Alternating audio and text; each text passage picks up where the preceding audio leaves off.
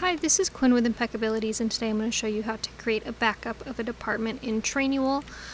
We want to do this as kind of a maintenance of our Trainual just to make sure that we've always got a fairly recent backup in case anything happens to the content and we want to revert it back, or if there's any crashes with the system that we still have access to it.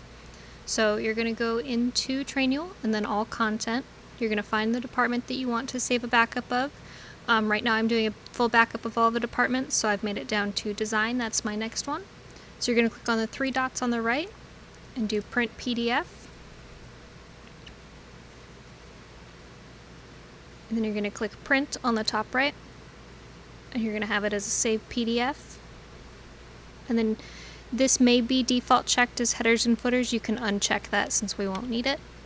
Then you're going to click save, and then from here where you're going to want to save it is at the farm under Kaizink Trainual backups. We've got a backup for each date that we've done this. The formatting for these is military dates, so the year, the month, and then the day. So this is today's, and then same thing with the name. We're going to have that date in the same way, and then you're just going to put the department that you're saving in the title with it, and then just hit save, and then this way we've got a backup of our Trainual.